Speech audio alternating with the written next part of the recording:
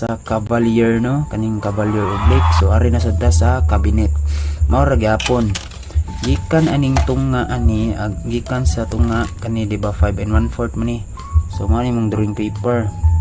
So kaning gitunga ani gikan diri 5 1/4 ni line. So gikan aning 5 1/4 ari na sa diri magsukod kag 2.7 inches ang kuana units. So gikan ani 2.7 padang diri ubos 2.7, then create kag line nga vertical nipis. Make sure mo touch siya diri sa kani 2.7 inches, 2.7, then vertical line.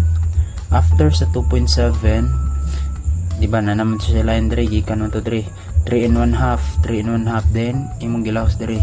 So imong na-create ani diri nga space sa right side corner kay cross na siya.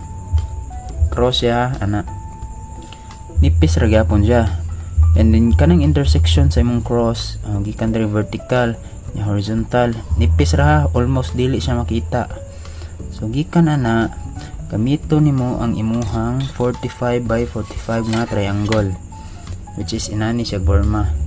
Unlike sa kaning usa sa Cavalier na to, ang gigamit na to kaning 30 by 60.